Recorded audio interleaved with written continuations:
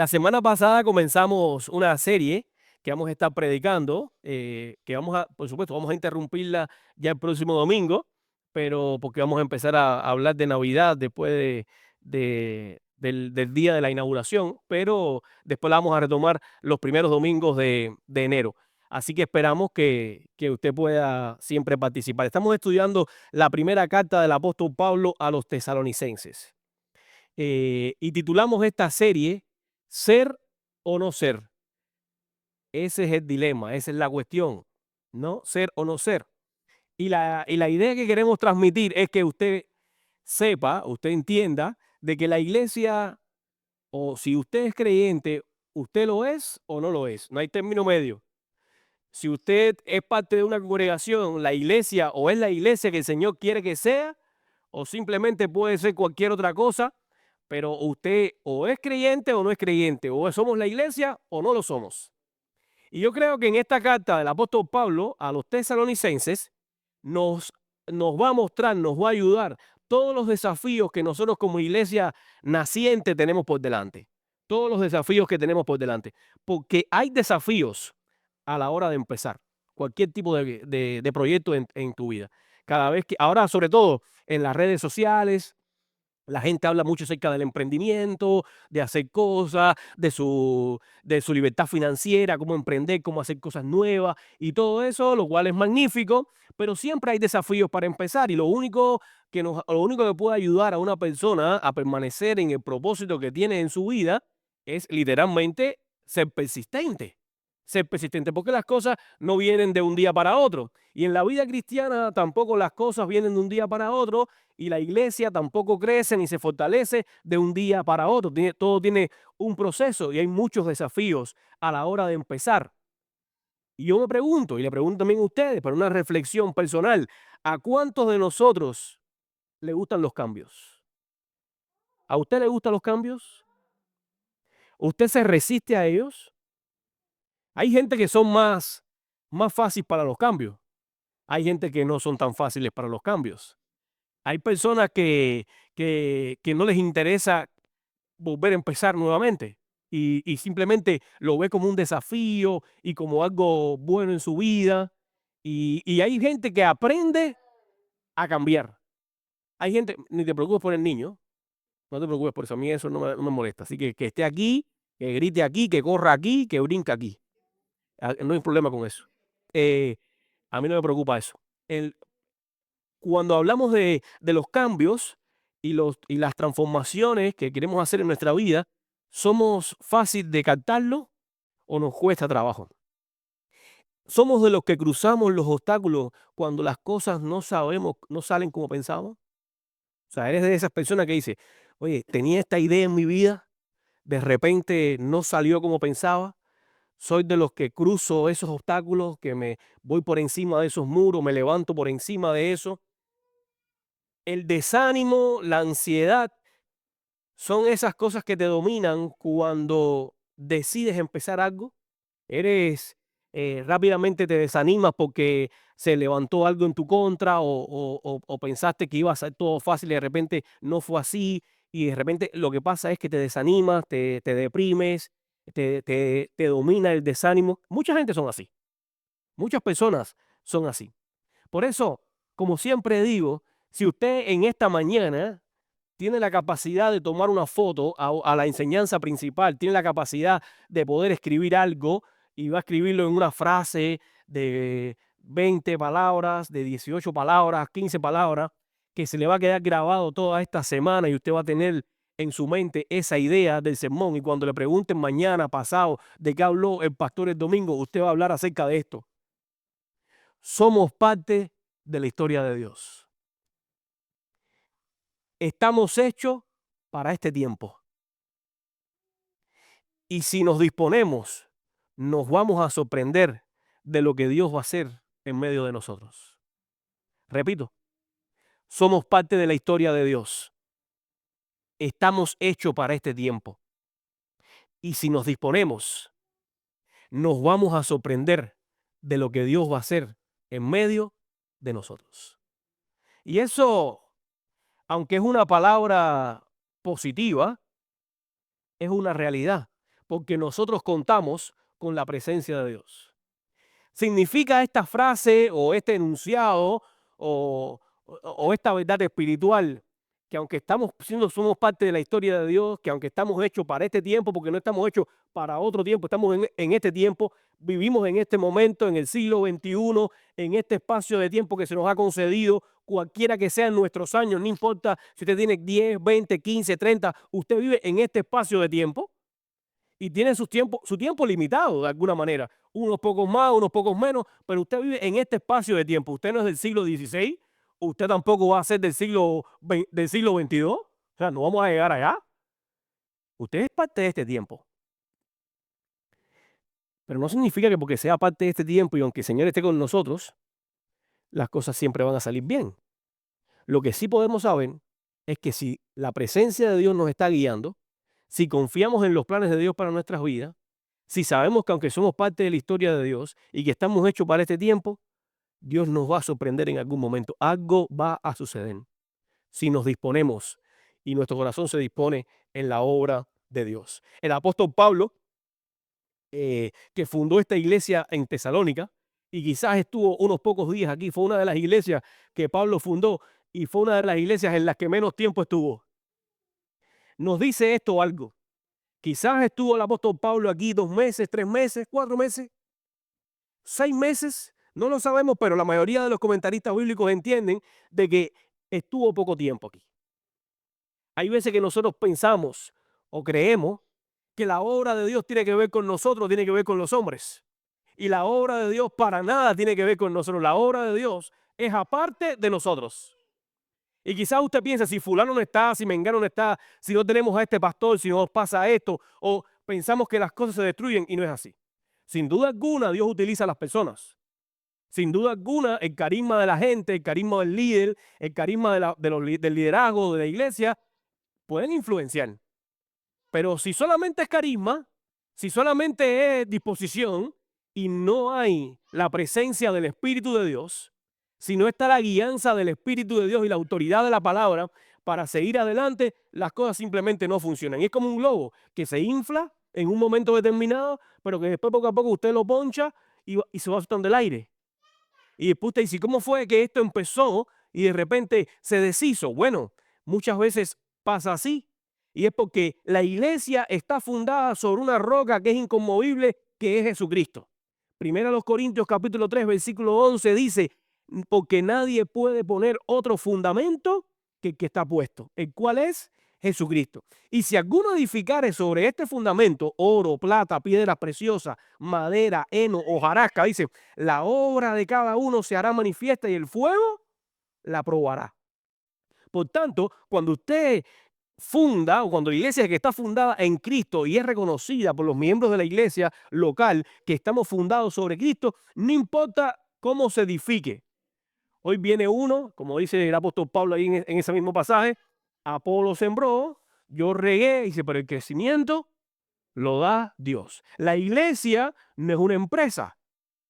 La iglesia es un organismo vivo y espiritual que funciona de acuerdo a las leyes del reino propio de Dios. Hay cosas que hay que hacer que son naturales, que tienen que ver con nuestro enfoque o con la vida que nosotros vivimos, pero la iglesia es el reino de Dios. Y el apóstol Pablo, que fundó esta iglesia, la fundó sobre la base de la fe, que vimos la semana pasada, la fundó sobre la base del amor y la fundó sobre la base de la esperanza.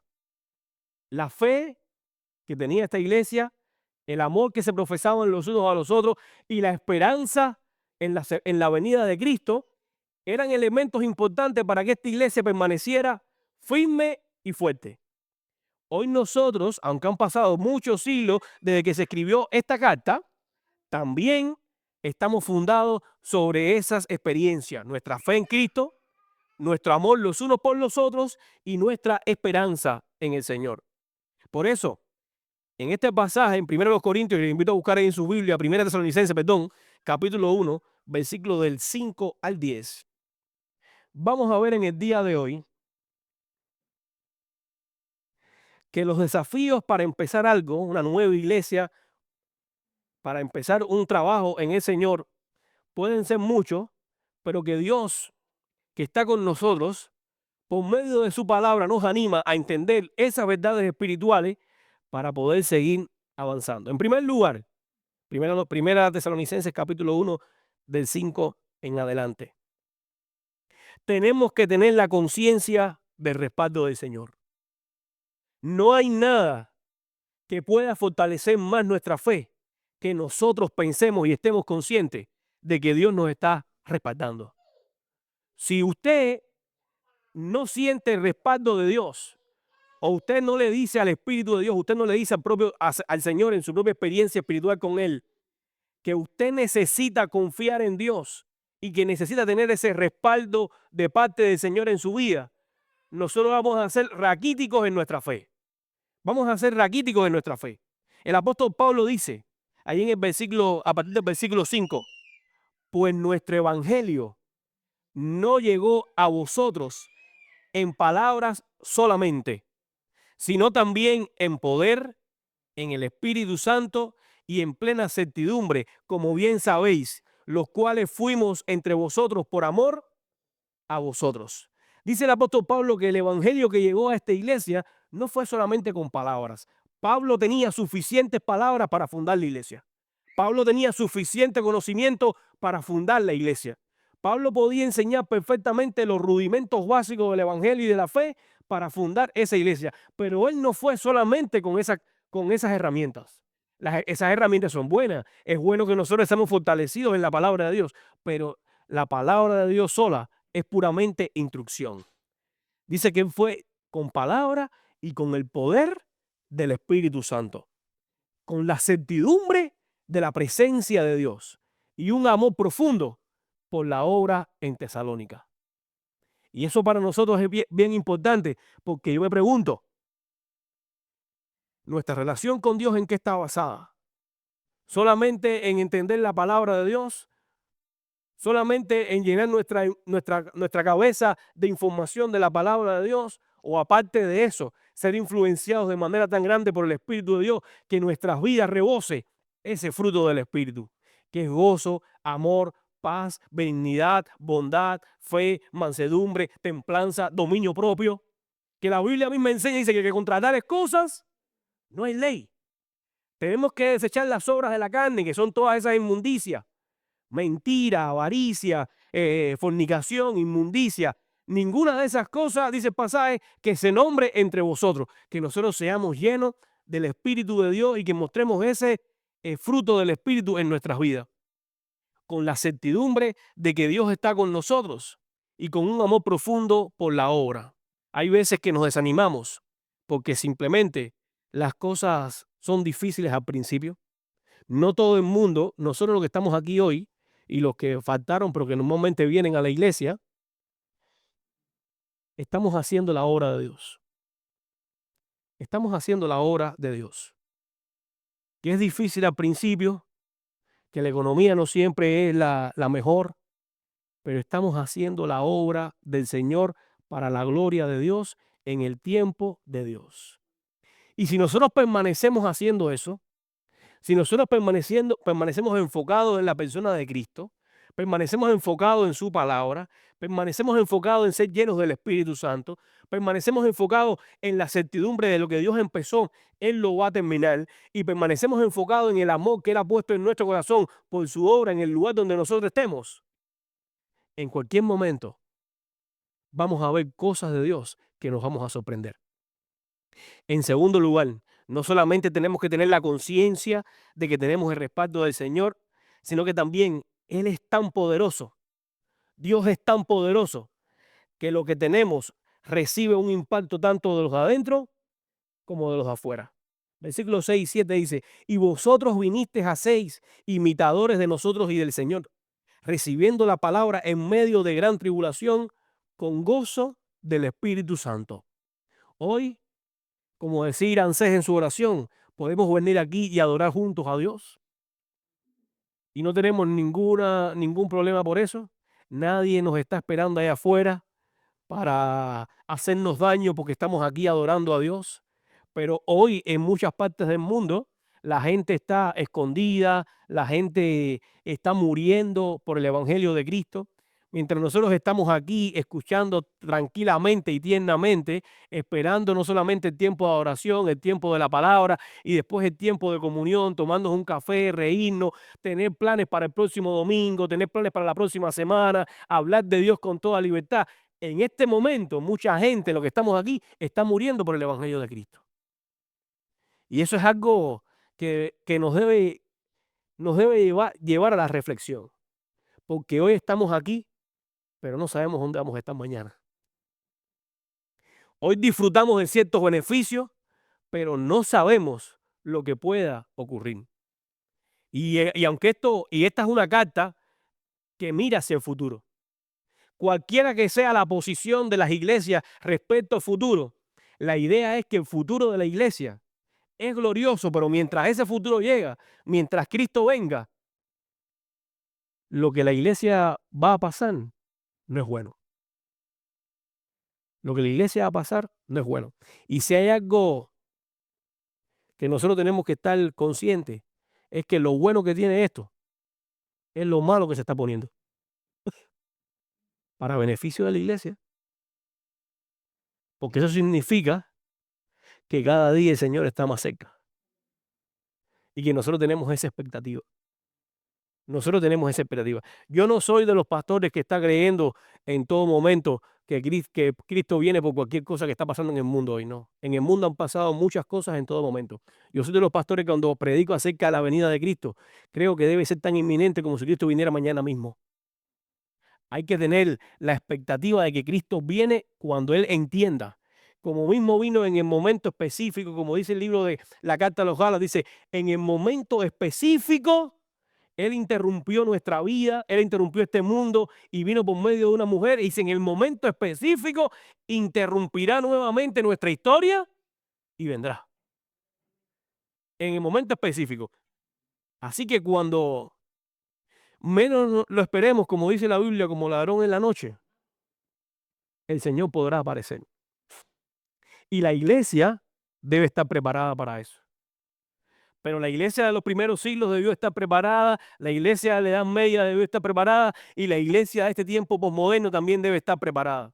Con los desafíos que cada uno tiene que vivir y que cada uno vivió, debemos estar preparados porque la realidad es que Cristo viene. Y que las promesas que se cumplieron en su primera venida y que se cumplieron totalmente en la primera venida de Cristo, se van a cumplir literalmente en la segunda venida de nuestro Señor Jesucristo. Por eso Él es tan poderoso que cuando nosotros tenemos esa certidumbre de que Dios está dentro de nosotros, en medio de la iglesia, fundamentando todas las cosas dentro de la iglesia, el impacto es de adentro hacia afuera. Somos imitadores del Señor. Efesios capítulo 5, versículo 1 dice, así que amados, seamos pues imitadores de Dios como hijos amados. Y esa palabra imitadores significa mímica en el griego. Queremos imitar a Dios como una mímica, como si estuviéramos replicando sin palabras al Señor. Le estamos diciendo a la gente que hay algo en nosotros. Es verdad que muchas veces la gente dice, yo predico el evangelio con mi testimonio. No, eso no es toda la verdad. Tú debes predicar el evangelio con tu testimonio y tus palabras muchas veces dicen una cosa y tu vida dice otra, y eso es incorrecto, pero tampoco aparentemente tú no puedes estar portándote bien sin decir nada, porque el evangelio tiene que ver con dos cosas, tiene que ver con conducta y con palabras. O sea, porque hay gente que aparentemente se puede portar bien, pero no está hablando acerca del evangelio. Hay gente que habla acerca del evangelio y se sabe todo acerca del evangelio, pero no vive bien. Entonces, el evangelio es la línea que hay entre mis palabras y mi manera de vivir. Yo estoy diciéndole a la gente que el Señor transformó mi vida por medio de la fe y el arrepentimiento y que ninguna condenación hay para los que están en Cristo Jesús. Y estoy viviendo de acuerdo a eso. Estoy viviendo una vida en constante arrepentimiento, en constante confesión y en una vida en santidad de tal manera que honre el nombre del Señor. Dice este pasaje que la iglesia a los tesalonicenses recibieron la palabra en medio de gran tribulación. Pero no la recibieron como cualquier cosa que tú recibes. Y que la recibes así No, la recibieron, dice, con gran gozo. La recibieron con gozo. En medio de la tribulación, recibieron su palabra con gozo. Y es verdad que el Señor trabaja más en nuestra vida, o la mayoría de las veces el Señor trabaja en nuestra vida cuando hay más tribulación. Aunque aparentemente sentimos muchas veces a Dios lejano, cuando pasamos por tribulación, es que el Señor se hace presente. Y tenemos que ser sinceros con Dios. Porque cuántas veces usted le ha dicho, Señor, yo no te siento aquí. ¿Cuántas veces usted le ha dicho, Señor, por qué? ¿Cuántas veces le preguntamos al Señor, Señor, como alguna gente me dice, ¿para qué es esto? Pero no entendemos ni el para qué, ni el por qué, ni queremos hacer tantas preguntas porque realmente nuestra cabeza está llena de tanta información. Y es que somos seres humanos. Somos infinitos y completamente inconscientes muchas veces de los planes de Dios en nuestra vida. Y por eso nos sentimos muchas veces como perdidos. Nos sentimos muchas veces como perdidos. Y tenemos que apelar a la fe sencilla, a la fe de un niño. No apelamos ahí a nuestra teología porque muchas veces tenemos mucha teología y nuestra fe se derrumba en medio de una crisis. Y tenemos que ir simplemente a apelar a esa fe sencilla que nos trajo una vez a la cruz de Cristo. Esa fe sencilla que una vez le dijimos hace muchos años, hace 2 años, hace un mes, hace un día, que le dijimos al Señor, Señor, yo creo en ti. Y que nosotros reconocimos que Dios llenó nuestra vida de gozo y alegría en esa fe sencilla, sin saber mucho. Es más, sin entender nada muchas veces. Pero esa fe sencilla es la que nos movió a venir a la cruz de Cristo. Muchas veces Dios nos vuelve otra vez a traer a esa fe sencilla. Por eso el Señor decía que es mejor ser como niños. Es mejor ser como niños. Y nos invita a que nuestra fe sea como niños. Ese niño que depende totalmente de los padres. Ese niño que depende totalmente de la seguridad, de la fortaleza del padre. Que tiene sus propias limitaciones, que si se suelta un poquitico se cae, se lastima. Y es cuando tú le dices al Señor, Señor, no soy yo el fuerte eres tú. Yo soy débil. Y como decía el apóstol Pablo, que era el gran apóstol que escribió la mayoría de los libros del Nuevo Testamento, por cuanto soy débil, cuanto yo reconozco que soy débil, es que entonces soy fuerte. Tu mayor fortaleza está en reconocer tu debilidad. Hoy el mundo constantemente te bombardea con palabras que tú puedes, que tú eres poderoso, que tú eres un campeón, y tú a veces te pones la mesa y dices, ¿dónde está el campeón en mí? Y es que son falacias muchas veces que la vida no es así, hermano, usted lo sabe. La vida no es así. Y está bien que esas palabras muchas veces te animan. Y es verdad que usted se propone cosas en su vida y usted se esfuerza, se esfuerza, se esfuerza. Yo creo que muchas cosas tú las logras, porque te esfuerzas y te esfuerzas y te esfuerzas. Pero no te puedes frustrar porque muchas veces también tampoco la vas a lograr. Y no significa que eres un fracasado, no significa que no eres inteligente, no significa que no eres nada. No, simplemente no se lograron. Lo que siempre le digo a la gente es que se preocupe por lograr las cosas que verdaderamente tienen importancia. Porque hay gente que se han preocupado por lograr tener mucho dinero y no tienen familia. Hay gente que se han preocupado por tener muchas cosas en esta vida y no tienen un buen matrimonio. Hay gente que se ha preocupado por hacer muchas cosas en esta vida y simplemente los hijos no los quieren. Y usted dice, mira los hijos que no atienden a los padres, mira los hijos que no se preocupan por los padres, mira los hijos. Y aquí tú dices, todo lo que el hombre sembrare, eso también segará. Hay veces que la gente, y vivimos en un mundo malo, que aun cuando tú siembres, porque también he visto padres que han sembrado bien, se han equivocado, pero han sembrado y simplemente no reciben de parte de los hijos lo que quizás ellos querían o esperarían de ellos, ¿no? Pero hay una cosa y un mensaje que le decimos a los padres en esta mañana. Usted no cría a sus hijos para que le devuelvan nada. ¿ok? Usted no cría a sus hijos para que le devuelvan nada. Usted trajo a sus hijos al mundo porque usted quiso y se puso de acuerdo con alguien para poderlo hacer.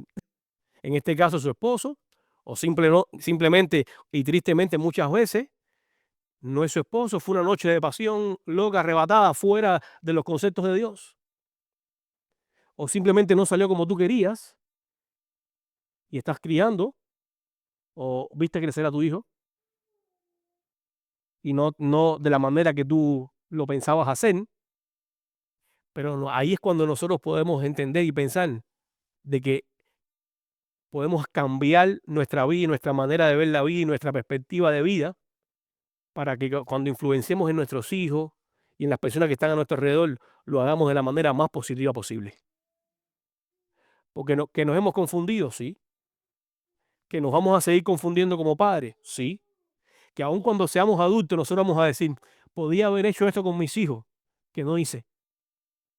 Podía haber sido más fuerte, podía haber sido más suavecito, podía haber puesto un balance, una de cal, una de arena, podía haberle puesto 200 arenas y ninguna de cal.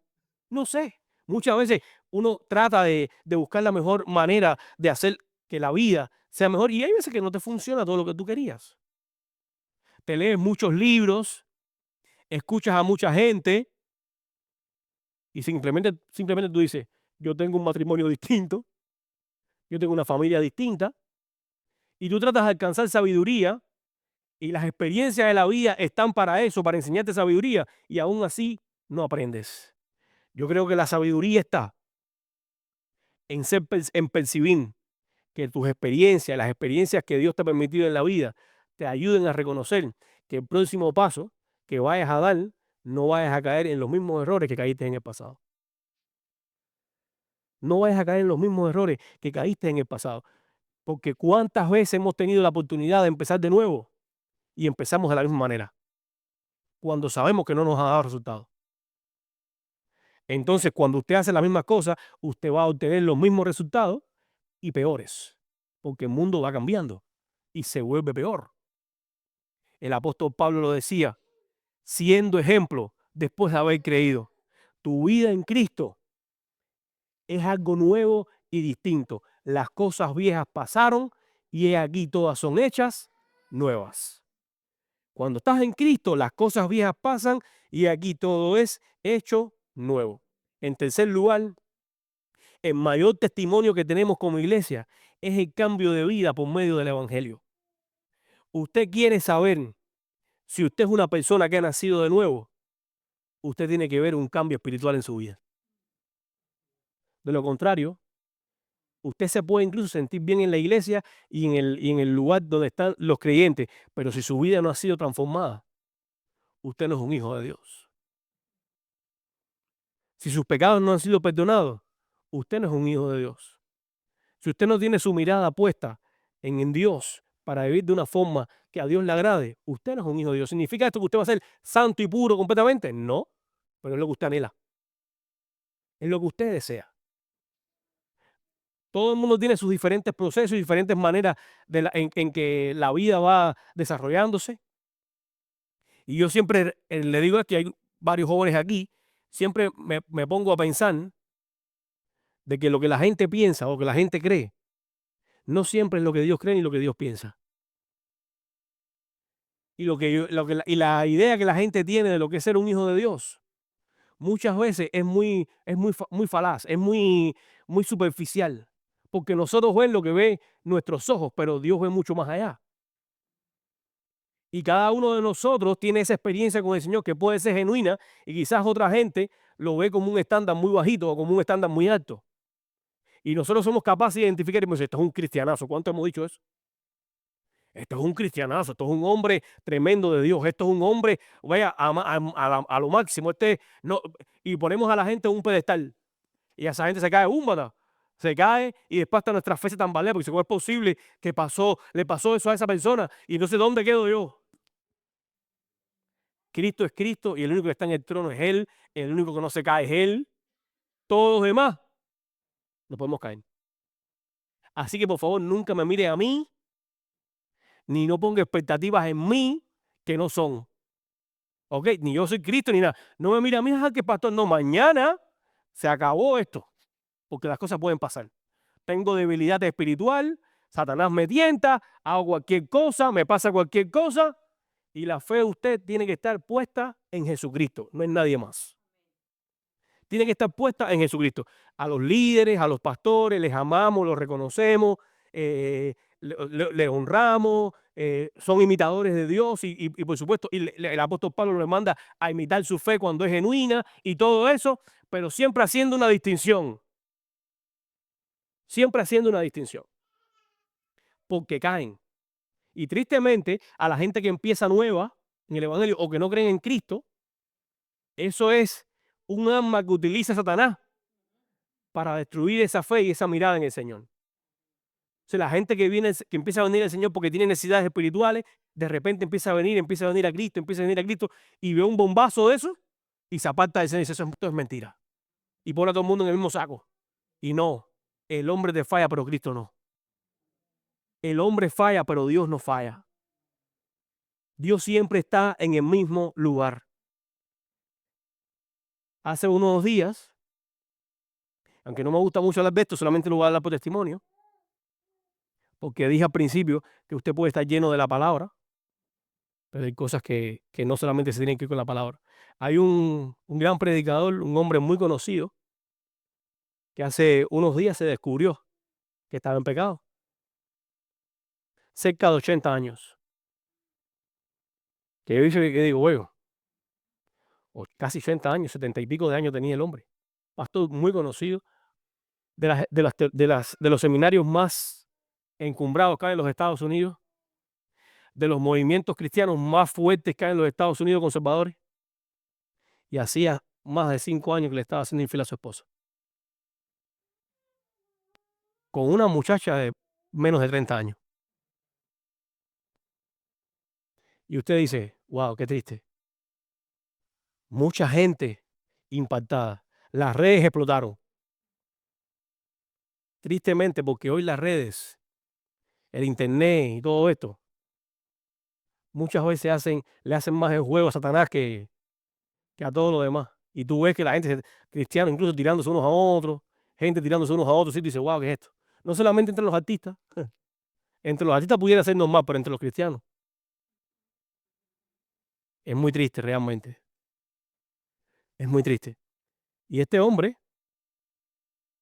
el gran Steve Larson, el gran predicador de Master Seminario, el hombre de muchos años en el Evangelio, un hombre que era una línea,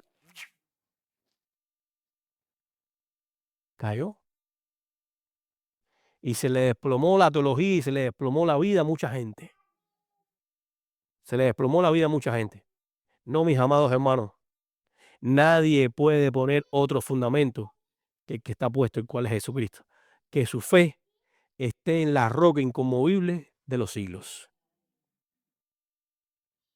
Somos un punto de partida para hacer la obra de Dios en el tiempo de Dios, en los propósitos de Dios, con los recursos de Dios. Nuestras vidas deben mostrar verdaderamente quiénes somos. Por eso no me gusta, hace muchos años ya dejé tratarlo de hacer, no me gusta predicar de aquí como si yo fuera diferente a ustedes. Es verdad que muchas veces las vulnerabilidades de un pastor después son cogidas para destruir al propio pastor, pero cuando nos paramos aquí, el mensaje que estoy predicando aquí, lo estoy predicando para ustedes y lo estoy predicando para mí. Yo no soy más fuerte que ustedes porque estoy aquí. Soy igual que ustedes, incluso algunas veces hasta más débil que cualquiera de ustedes, aún estando aquí. Por tanto, yo dependo de Dios tanto como usted. O tengo que depender de Dios tanto como usted. Tengo que depender de Dios del Espíritu Santo tanto como usted. Tengo que depender de la palabra de Dios influenciando mi vida tanto como usted. Tengo que ser una persona de oración tanto como usted. Y algunas veces hasta más. Porque cuando Satanás ataca al líder, se dispersan las ovejas. Y eso muchas veces ocurre. Pero como somos un punto de partida, recuerde que aunque estamos en un buen momento espiritual, pudiéramos estar en un buen momento espiritual y podemos ver que la congregación está creciendo y que estamos bien. Recuerde que Satanás no va a estar contento y que nuestra lucha no es contra sangre ni carne, sino contra huestes espirituales de maldad en las regiones celestes. Ninguno de nosotros somos enemigos. Nosotros somos hermanos. Nosotros somos hermanos.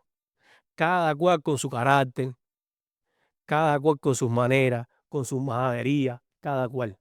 Hay gente que va a llegar, igual va a tener su majadería y su carácter. Nosotros somos hermanos. Ninguno de nosotros somos enemigos. El enemigo de nosotros no es carne ni sangre, son las huestes espirituales de maldad. Hay veces que esas huestes espirituales de maldad utilizan a gente que entran y que destruyen la iglesia. Y usted dice, pastor, está hablando hace varios domingos, toca temas parecidos en algún momento del sermón respecto a eso. Sí, mi amado hermano, porque yo sé las maquinaciones que tiene el enemigo de nuestras almas y que son muy evidentes muchas veces para destruir la obra de Dios. Estemos alerta porque pudiera pasar. ¿Cómo nos ayuda esto? Vivir con la mirada en el cielo. Hay que vivir con la mirada puesta en el cielo y esperar de los cielos a su Hijo, el cual resucitó de los muertos y quien nos va a librar de la ira venidera. Esperar a los cielos a su Hijo. Mire la mayor cantidad de tiempo posible hacia arriba y deje de mirar hacia abajo. Ponga su mirada la mayor cantidad de tiempo que usted pueda al Señor. Se lo digo a los jóvenes, se lo digo a los más jovencitos, se lo digo a los medio tiempo. ¿Quiénes son medio tiempo aquí? Los medio tiempo. Y no les voy a decir quiénes son los de tiempo y medio, no. No voy a hablar acerca de eso. Pero a todos se lo tenemos que decir. A todos se lo decimos. Oye, que el tiempo ha pasado. El tiempo ha pasado. Y cada vez que pasa más el tiempo, me doy cuenta de que nuestra vida sin el Señor no tiene sentido. El tiempo ha pasado y ya me miro en el espejo y veo pelitos blancos que antes no veía. Y yo digo, wow, el tiempo ha pasado, ya saben desde aquí, ¿eh? Jesucristo tenga misericordia de mí. El, el, el tiempo ha pasado y veo a mis hijos, por lo menos Nicole, que es mayor de edad. Cuando nació el otro día, la cargué por primera vez y le cayeron las medias en los flaquitos que estaba. Y ya es mayor de edad. Misael va para el mismo camino. Los hijos nuestros van creciendo, los nietos van creciendo, las generaciones van pasando, las líneas de expresión se van marcando más. Esto aquí, esta forma aquí, se empieza, otro sí, se empieza a complicar. Pero mira que hacemos cosas, nos queremos comprar fajas, queremos hacer cosas, pero el tiempo pasa. Y aunque el tiempo pase, y aunque la iglesia esté involucrada en muchas cosas, nuestra mirada debe estar en el Señor que vuelve. Cristo viene. Y eso debe llenar nuestro corazón de mucha alegría. Cantamos en el tiempo devocional una canción que hablaba, he decidido seguir a Cristo y no vuelvo atrás. Que esa sea nuestra oración todos los días. Cuando usted se levante y mira al cielo, usted siga diciendo, la cruz está ante mí, el mundo atrás quedó, he decidido seguir a Cristo y no vuelvo atrás. Y cada vez que vea al lado mío personas que no están siguiendo a Cristo, les voy a decir que esto es lo más importante, seguir a Cristo. ¿Qué es lo que más me ha pasado y me ha ocurrido? Así que mis amados hermanos, vamos a terminar en esta mañana cantando esa canción. Vamos a decir, Omarito, ¿me puedes poner la canción? La canción de No vuelvo atrás, que cantamos en el devocional. Y vamos a ponernos en pie. y vamos a orar y vamos a pensar que es verdad que quizás hemos ido por muchos caminos. Es verdad que hemos ido por lugares que han sido turbios, pero Dios nos ha ayudado hasta aquí. Señor, hoy estamos renovando nuestros votos. Y como te dijimos en algún momento de nuestra vida, que seas nuestro Salvador y que seas nuestro Señor. Hoy te lo volvemos a decir. Tú eres nuestro Rey. Tú eres nuestro Salvador.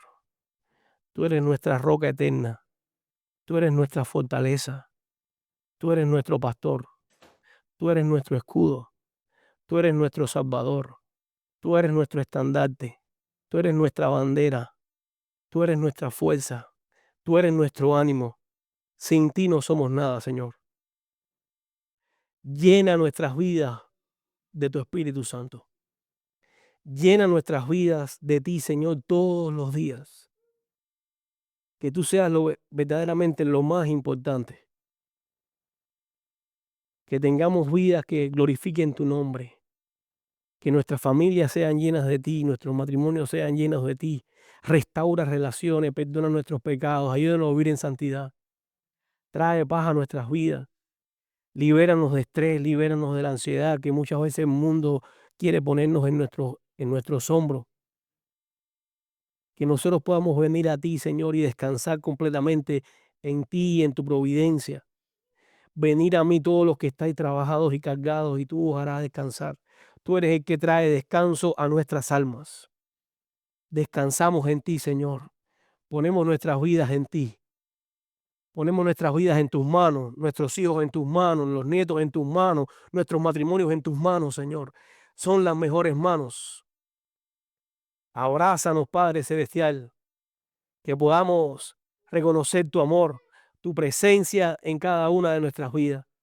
Que esta semana sea muy bendecida por ti, que pensemos en ti más de lo que pensamos la semana pasada, que pensemos en ti, que nos acerquemos a ti más de lo que lo hicimos ayer, Señor. Y que nuestro corazón rebose de gozo y alegría por haber estado en tu presencia en este día. En el nombre de Jesús. Amén. Dios le bendiga, mis hermanos. Dios le bendiga.